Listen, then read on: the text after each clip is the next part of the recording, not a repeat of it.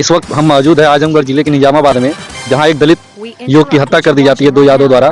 चलिए उनके परिवार से बात करते हैं। शाम के टाइम मिलके मार दी। आप बहन है उनकी? हाँ बहन है। अच्छा, मार दी किस वजह से मारे, कुछ पता है आपके भाई को? नहीं पता। वहाँ मार्केट के लोगों से बातचीत आप लोगों की हुई? मार्केट के लोगों ने क्या कहा? जैसे सब वहाँ देखे ना, वहाँ से बोले हैं कि क्या तुम्हारे माँ की यहाँ पर सनेसा आया कि तुम्हारा बेटा वहाँ पर मार के फेंका है। मेरी माँ गई वहाँ पर, सब देखे, उठा के लेके हॉस्पिटल चले गए। हॉस्पिटल लेके गए, वहाँ पर भी नहीं इलाज हुआ। लेके चले आए हम, पीजीआई गए थे, वहाँ पर गए थे, वहाँ क्या बोलते हैं आजमगढ़ गए थे। आजमगढ़ बोला कि नहीं होगा। पीजीआई गए, वो भी नहीं जवाब दे दिया। तब बोले कि बनारस ले जाओ। जब हमारे पास पैसे नहीं थे तो हम बनारस कहाँ ले जाएंगे? हम गरीबी, हाँ गरीबी हमारी, गरीबी हम अकेले औरत, हम दौड़ रहे थे खाली अपने भाई के लिए। अच्छा, आप अपने, कोई नहीं था मेरे पास। पुलिस से इस मामले में क्या कह रही थी? जब हम वहाँ पर गए, थाना पुलिस बाद में हुआ, वो दिन नहीं हुआ था। जब बाद में हुआ तो साथ थाना पुलिस सब गए थे। जब पुलिस वहाँ पर पहुँची आजमगढ़ में, तब हमारे भाई के भर्ती किए थे, सब भर्ती किए थे। इलाज नहीं हो पाया, मेरा भाई खत्म हो गया वहाँ पर। कहाँ पे, किस हॉस्पिटल में खत्म हुए थे? सदर में। सदर में। क्या शुरू से बोले? जैसे पुलिस केस हुई थी, तब जब हम पुलिस केस किए, पुलिस साथ हम लोग। अच्छा, जब यहाँ पे मारपीट हुई, आपके भाई को मार के वैसे अधमरा करके छोड़ दिया गया? जब अधमरा करके छोड़ दिया गया तो उस समय पुलिस आई थी? नहीं, कोई नहीं किए थे। आज आप यहाँ पे आए हुए, क्या लग रहा है कि आए दिन जिले में दलितों पे अत्याचार हो रहा है, शोषण उनका किया जा रहा है, हत्या किया जा रहा है, मारा जा रहा है, पीटा जा रहा है?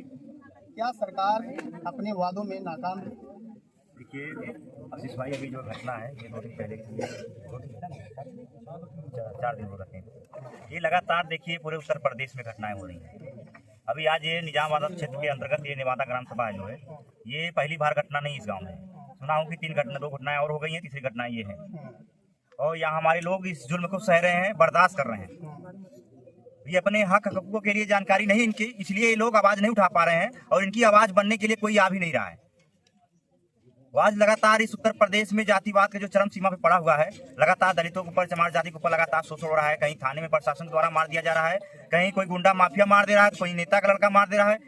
तमाम ये पूरा एकदम समीकरण तैयार कर दिया गया है उत्तर प्रदेश में कि बस इनका सफाया किया जाए। ये बताओ मेरे लोग, कब तक आप लोग ऐसे निकम्मों का, जाहिलों का जुल्म सहते रहोगे? कब तक सहोगे बताओ? आप लोग बाबा साहब अम्बेडकर को मानते हो। बाबा साहब अम्बेडकर साहब ने किस तरीके से लड़ाइयां लड़ी, आपको ताकत दिया, आप लोग आज भी इस ताकत को नहीं समझ पा रहे हो। कब समझोगे बताओ? अब कोई अम्बेडकर साहब आएंगे आपकी लड़ाई लड़ने के लिए? पूछ रहा हूं मैं आप लोगों से, अब कोई अम्बेडकर साहब आएंगे आपकी आवाज उठाने के लिए? नहीं आएंगे। आपको खुद उस ताकत का हिस्सा बनना पड़ेगा मेरे लोगों, इस बात को आप समझिए। कहीं भी आजमगढ़ में, कहीं भी जौनपुर में घटना होती है किसी भाई के साथ, किसी भी हमारी बहनों के साथ, हम लोग तुरंत वहां पहुंचने का काम करते हैं, ताकि ये समाज हमारा है, हमारा परिवार है। हम लोग इसकी आवाज नहीं उठाएंगे तो कौन उठाएगा बताओ? हम लोग इसका बल नहीं बनेंगे तो कौन बनेगा? आज तो यही जाति को टारगेट करके मारा जा रहा है। आज यहाँ ये जो घटना हुई है अजय कुमार की, यहाँ बल्लू, क्या नाम उसका, बबलू बुल्ला यादव करिया यादव द्वारा यह हत्या हुई है। लेकिन अभी तक यहाँ कोई एक विधायक नहीं पहुंचा होगा। पहुंचा कोई संसद पहुंचा यहाँ पे? नहीं पहुंचा ना। तो आप लोग इस बात को समझिए। अभी ये चुनावी दौर होता तो नेता आपके पास पहुंचते, आपके वोट की ताकत आपके पास है तो आपकी इज्जत करते हैं। आप इस बात को अंदाजा लगाइए। जैसे यादव समाज द्वारा, जो यादव समाज के मुखिया इस समय पूरे उत्तर प्रदेश के पूर्व मुख्यमंत्री अखिलेश यादव पीडीए का नारा लगा करके लोगों के बीच जा करके राजनीतिक वोट बैंक का काम बनाते हैं वोट लेने के लिए। क्या वो सिर्फ वोट लेने के लिए ही सिस्टम था, या फिर यहाँ पे उनके नेताओं को यहाँ आना चाहिए? देखिए हमारी लड़ाई असीस भाई, हमारी लड़ाई वैचारिक लड़ाई, विचारधारा की लड़ाई है, जातिवाद की लड़ाई नहीं है। लेकिन अब जिस तरीके से माननीय अखिलेश यादव जी जो पीडीए का नारा, अल्पसंख्यक दलित पिछड़ा का नारा लेके संविधान को बचाने का प्रयास कर रहे थे, तो आज यही देखा जा रहा है उत्तर प्रदेश में। अभी यही घटना हुई थी मथुरा में, कर्नल में। आपको मालूम होगा कि 2 बहनों की दलित बारात की वापिस करा दी गई थी उसी समाज के द्वारा। अभी यही घटना हुई पुलसराय में, आपको मालूम, आप गए होंगे वहाँ मनोहर कांशीराम साहब की जयंती थी 15 मार्च को। जबरदस्ती गांव में घुसकर लोगों ने मारा पीटा और परिवार को प्रताड़ित किया। हम लोग वहां पहुंचे थे। ये घटना लगातार चल रही है। तो मैं उत्तर प्रदेश के मुख्यमंत्री जी से कहूंगा, जो पूर्व मुख्यमंत्री थे अखिलेश यादव जी, आप इस बात को समझिए, गौर करिए, बारीकी समझिए। आप इस समाज का वोट ले रहे हैं, इस समाज की ताकत बनने की जरूरत है। आप लोग इस समाज का वोट लेकर इस समाज का दमन कर रहे हैं। आप समाज के लोग, आप इस पे कोई सवाल नहीं उठा रहे हैं, आप इसका कोई जवाब नहीं दे रहे हैं। क्या इस समाज के लोग क्या समझे आपको? आप दलित हितैषी हैं।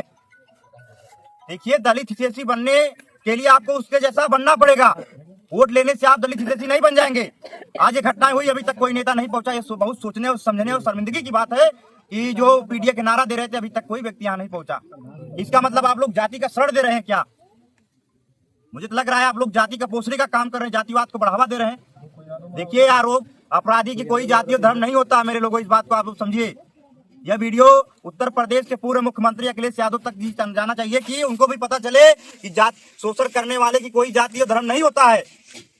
आप इस बात को समझिए, अपने समाज के लोगों को समझाने का काम करें। क्या आप लोगों ने दलितों के ऊपर टारगेट कर लिया क्या कि चमार जाति के ऊपर लगातार शोषण करेंगे? अरे हम लोग उधम सिंह के वंशज के लोग हैं, हम लोग डरने वाले कौन से नहीं है। लेकिन जिस दिन हम लोग अपनी ताकत को जान गए तो उनका इलाज हम लोग करना बहुत अच्छे तरीके से जानते हैं। इस बात को याद रखिए। सही बात है। आखिर क्या कारण है कि आए दिन अत्याचार होता है, दलितों पर हत्याएं हो रही हैं, लेकिन उनको जब प्रशासन के पास वो अपने एप्लीकेशन को लेके जाते हैं तो उचित न्याय नहीं होता है? क्या कारण है? देखिए, आज जिसका सत्ता मौजूद, उसका धर्म मजबूत है, उसकी राजनीतिक कानून व्यवस्था मजबूत है। देखिए, आज जो जिस तरीके से उत्तर प्रदेश में टारगेट करके यहाँ शोषण होता है, मामलाएं होती हैं, घटनाएं होती हैं, लेकिन प्रशासन द्वारा कोई कार्रवाई नहीं होती। तो ये चीज़ देखिए, राजनीतिक सत्ता के दबाव में चीज़ें की जा रही हैं।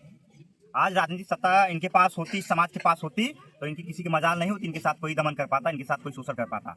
लेकिन मैं इस समाज में वो ताकत इकट्ठा करना चाह रहा हूँ कि आने वाले समय में आज एक अजय, एक सनी जो इस आजमगढ़ जिले से गया है, दोबारा कोई सनी अजय ना जा पाए इस आजमगढ़ जिले से, क्योंकि आज हमें दौर अपने लोगों को तैयार करने का है। आज हम लोग तैयार कर दिए, दोबारा ऐसी घटनाएं नहीं होंगी। लेकिन आप जब इस जुल्म को सहते चले जाओगे तो ऐसी तमाम घटनाएं मेरे नौजवान, मेरे अम्बेडकरवादी साथी चले जाएंगे। लेकिन जिस दिन, आशीष भाई बता रहा हूँ, जिस दिन ये अम्बेडकरवादी अपनी इस ताकत को समझ गया, अपने संविधान की ताकत को समझ गया कि डॉक्टर अम्बेडकर साहब ने उनके लिए कौन सा कानून, कौन सा संविधान, कौन सी ताकत देके गए हैं, इसे बता रहा हूँ, कोई किसी की इतनी औकात नहीं होगी जिस समाज के साथ शोषण कर पाएगा आशीष भाई। और प्रशासन की भी इतनी मजाल नहीं होगी, इनका कोई दमन कर पाएगा। लेकिन हमारे लोग जानकारी से अनभिज्ञ हैं, इसलिए इनका प्रशासन सुनता नहीं है। जिस दिन ये जानकारी इनके पास हो गई, प्रशासन की भी इतनी मजाल नहीं होगी, जिनका सुनवाई नहीं करेगा, इनके साथ शोषण नहीं होने देगा। जो है ये जानकारी इनके पास हो जाएगी। तो एक बात और जानना चाहेंगे, पीड़ित परिवार से आपकी क्या बातचीत हुई और इनको आपने किस तरह का आश्वासन दिया? अभी देखिए, मैं तो आया हूँ, अभी पीड़ित परिवार से बात किया हूँ माता जी से। माता जी ने घटना के बारे में बताया कि भाई ऐसी घटना हुई, जो है हमारा लड़का सब्जी आने गया था, जो है और कुछ कहा सुनी हुई, उस पर जाति सूचक शब्द का इस्तेमाल किया गया और उनके लड़के को मारा पीटा गया। अभी जानकारी हुई, अभी फोन किया गया था, क्या नाम है, यशो साहब को फोन किया गया, सीओ भी फोन किया गया, जो है क्या नाम, आस्था जायसवाल। अभी जो है उनको बुलाया जा रहा है, तभी तक वो फोन काट दे रही है, जो है तैयार नहीं है, जो है बात करने के तैयार नहीं है। इसका मतलब ये सब गरीबों का दमन करने के लिए सिर्फ बने हुए हैं। मतलब मालूम है क्या राजनीतिक दबाव भी इनके ऊपर होता है? लग तो रहा है, इनकी हरकत से लग रहा है राजनीतिक दबाव, तभी नहीं आ रही है। जो आना चाहिए, जो है सत्ता में नेतृत्व करने वाला नेता होगा, जनता का कुछ नेतृत्व करने वाले जो सत्ता में नेता है, क्या उन्हीं के बुलाने पे सिर्फ आएंगे? अब तो वही बता सकते हैं, चीजें यहाँ नहीं आ रहे हैं। हम लोग तो फोन कर रहे हैं, जो है भाई आप आइए। और मैं ये परिवार से भी कह रहा हूँ, यहाँ जो जितने साथी हैं अम्बेडकरवादी, सबसे कह रहा हूँ, ये लोग जब तक नहीं आएंगे और जब तक इस चीज का ये लोग खुलासा नहीं कर देते कि कौन गिरफ्तार हुआ है, कौन जेल गया है, क्या प्रक्रिया लोग कर रहे हैं, तब तक हम लोग यहाँ से जाएंगे भी नहीं।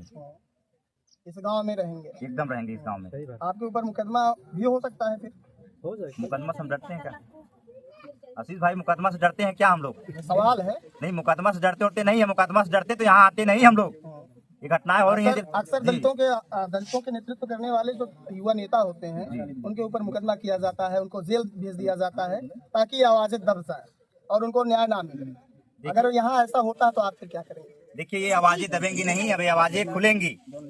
ये अम्बेडकरवादियों की आवाजें अब दबने वाली नहीं है। वो कौम गया, हम डरने वाले कौम से नहीं है, हम लोग लड़ने वाले कौम से हैं। रह गए हमारे मान सम्मान की बात आई, मुकदमा क्या, हम गला कटवाने के लिए भी तैयार हैं। जी आशीष भाई। अच्छा, तरवा के बारे में जो है लगे हाथ बात कर लेते हैं आपसे। तरवा के मामले में जिस तरह से सनी की हत्या हुई, एक रहस्य बन के रह गया है। परिवार का कहना है कि पुलिस वाले जो है लालजी नाम के व्यक्ति से पैसा लेकर के मरवा देते हैं, यानी पुलिस वाले पैसा लेते हैं, लालजी पैसा देते हैं और पुलिस वाले ही जेल में मार देते हैं।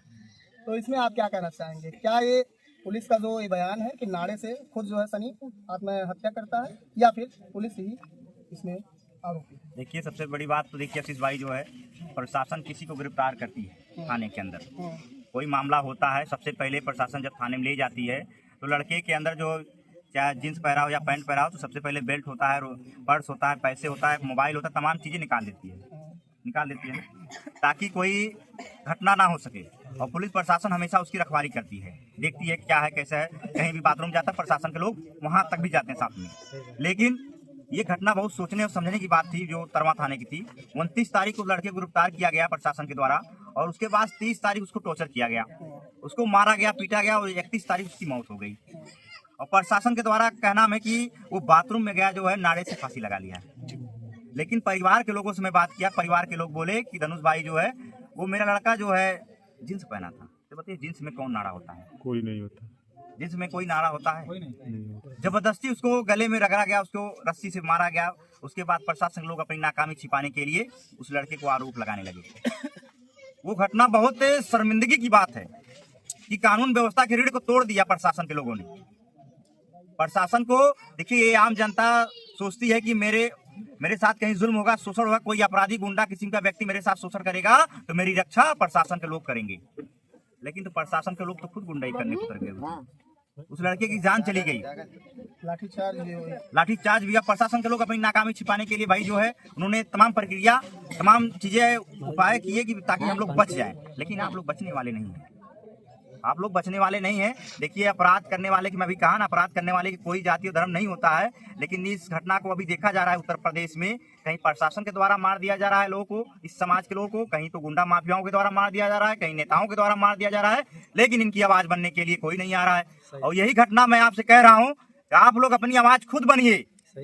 आप लोग जब तक अपनी आवाज खुद नहीं बनेंगे तब तक कोई आपकी आवाज उठाने नहीं आएगा। बताओ, ये घटना आज 4 से 5 दिन हो गया, लेकिन अभी तक कोई कार्रवाई नहीं हुई है। और प्रशासन के लोग भी यहाँ गुमराह कर रहे हैं। जो नेवादा ग्राम सभा में अभी बात किया, सीओ महोदय भी जो है वो भी गुमराह कर रही है, फोन काट दे रही है, जो है कह रही गिरफ्तार हुआ। गिरफ्तार हुआ तो कौन गिरफ्तार हुआ है? यहाँ बुलाया जा रहा है, आपको आ नहीं रहे। आप लोग कानून के रक्षक है ना आप लोग, इसका मतलब आप लोग भी रक्षक बन रहे का काम कर रहे हैं। आप लोग अपराधी खुलेआम घूम रहा है, उसका मनोबल बढ़ रहा है अपराधी का। कौन सा थाना है? ये निजामाबाद थाना है, आजमगढ़ जिले में। सरकार जीरो टॉलरेंस की बात कर रही है, कहाँ जीरो टॉलरेंस नजर आ रहा है? आपको नजर आ रहा है क्या धनुष जी? कुछ नहीं नजर आ रहा है जो है। बस ये जान लीजिए कि बस सरकार भी चाह रही है, प्रशासन के लोग भी चाह रहे हैं, गुंडा माफिया भी चाह रहे हैं इस समाज का भी दमन किया जाए, इस समाज को दबाया जाए, इस समाज के अपने पैर की जूती बनाई जाए, ताकि ये समाज हमारे साथ ना, हमारे खिलाफ ना खड़ा हो पाए। देखिए, मैं आपसे कह रहा हूँ, आप किसी से डरिए मत, किसी से मत डरिए। डॉक्टर अम्बेडकर साहब ने आपको संविधान दिया और ताकत दिया है कि आप अपने हक हकूक के लिए लड़ सकते हैं। कहाँ से लड़ेंगे जब 500-1000 में अपना वोट बेच देंगे? ऐसे नेताओं के साथ जाएंगे जब चुनाव का समय होता है, अपना जो है लीडर ही नहीं समझ पाते हैं। वो तो समाज के लोग अब तय करेंगे, उनको मालूम चलेगा ना। ये घटना हो गई, कौन नेता इनके साथ आया जो है। मैं यहाँ नेता नहीं हूँ, मैं आपका बेटा हूँ, मैं समाज में संघर्ष कर रहा हूँ, मुझे नेतागिरी नहीं करनी है। ये समाज का दर्द देखा नहीं जाता कि हमारे लोगों के साथ जो शोषण हो रहा है इस जिले में, दमन हो रहा है, और इसकी आवाज बनने के लिए कोई नहीं आ रहा। इसलिए हम लोग इस समाज की आवाज बनने का प्रयास कर रहे हैं, ताकि ये समाज के लोग वो ताकत देंगे हम लोगों को, तो आने वाले समय में हम लोग इसे गुंडे माफियाओं का इलाज का आदेश करवाएंगे। जो आज मनबड़ी इनकी चल रही है, जो आज एक खुलेआम घूम रहे हैं, और प्रशासन के लोग इनके ऊपर कोई कार्रवाई अभी तक नहीं किए, और कहते हैं कि कानून के हाथ बहुत लंबे हैं।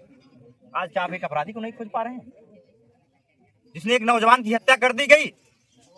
क्या इस सरकार में कानून के हाथ बौने हो गए? वो कहावत तो झूठी सिद्ध हो रही है हमारे समझ से। आपका क्या प्रतिक्रिया? देखिए, आशीष भाई जो है कानून बहुत अच्छे तरीके से सुनेगा। तो जिस दिन ये लोग अपनी ताकत को समझ गए, वो आज मैं ताकत दिखा के जाऊंगा इस समाज को। परिवार का बताना है कि जब अजय जिंदगी और मौत के बीच लड़ रहा था, तो परिवार जिस सदर हॉस्पिटल में था, वहाँ पे डॉक्टर द्वारा कहना था कि बनारस लेके जाइए। परिवार का यह कहना था कि हमारे पास पैसा का अभाव था, इस वजह से हमारे लड़के की जान चली गई। तो स्वास्थ्य व्यवस्था की जहाँ पे उत्तर प्रदेश में बात की जाती है आयुष्मान कार्ड वगैरह की, इस परिवार के पास आयुष्मान कार्ड नहीं है, तो ऐसे व्यक्ति कहाँ से इलाज करवाएंगे? इसके लिए क्या सरकार की नीतियाँ होनी चाहिए? सरकार तो देखिए सिर्फ हिंदू मुस्लिम करने में लगी हुई है, देश में सिर्फ दंगा फसाद करने की लगी हुई है। यहाँ उनको गरीबों का दर्द नहीं नजर नहीं आ रहा है जो है। यहाँ ना तो शिक्षा व्यवस्था कहीं सही है, ना तो स्वास्थ्य व्यवस्था कहीं सही है, ना तो कानून व्यवस्था कहीं सही है। यहाँ इनको ये चीजें डाइवर्ट करके कहीं हिंदू मुस्लिम किया जा रहा है। बस गरीबों का कोई नहीं पूछ रहा है, और गरीबों का कब पूछेंगे? जब चुनाव वक्त आ जाएगा, तो उनको उस दिन याद आ जाएगा कि हम गरीबों के बहुत बड़े रक्षक हैं। लेकिन जहाँ देखा जा रहा है, जितने हॉस्पिटल बने हैं, कहीं कोई सुविधा सही तरीके से नहीं है। गरीबों का सिर्फ वहाँ दमन गरीबों का हो रहा है। गरीब के बच्चे वहाँ मारे, गरीब के लोग मारे जा रहे हैं। इस सरकार को इस चीज को सोचने और समझने की जरूरत है कि आप लोग यहाँ शिक्षा, रोजगार, स्वास्थ्य, ये चीजें आप लोगों के लिए बढ़िया तरीके से देने का काम करें। बाकी मैं क्या कहूँ, परिवार तो गरीब है, वही गरीबी की वजह से तो आज यहाँ प्रशासन नहीं सुन रहा है, और यहाँ कोई इनकी सुनवाई नहीं हो रही है जो है। और हम लोग यहाँ आए हैं, तो आने जो जब तक प्रशासन के लोगों से बात नहीं हो जाती है और वो क्या कार्रवाई कर रहे हैं वो जानकारी नहीं हो जाती, तब तक हम लोग यहाँ से नहीं जाएंगे।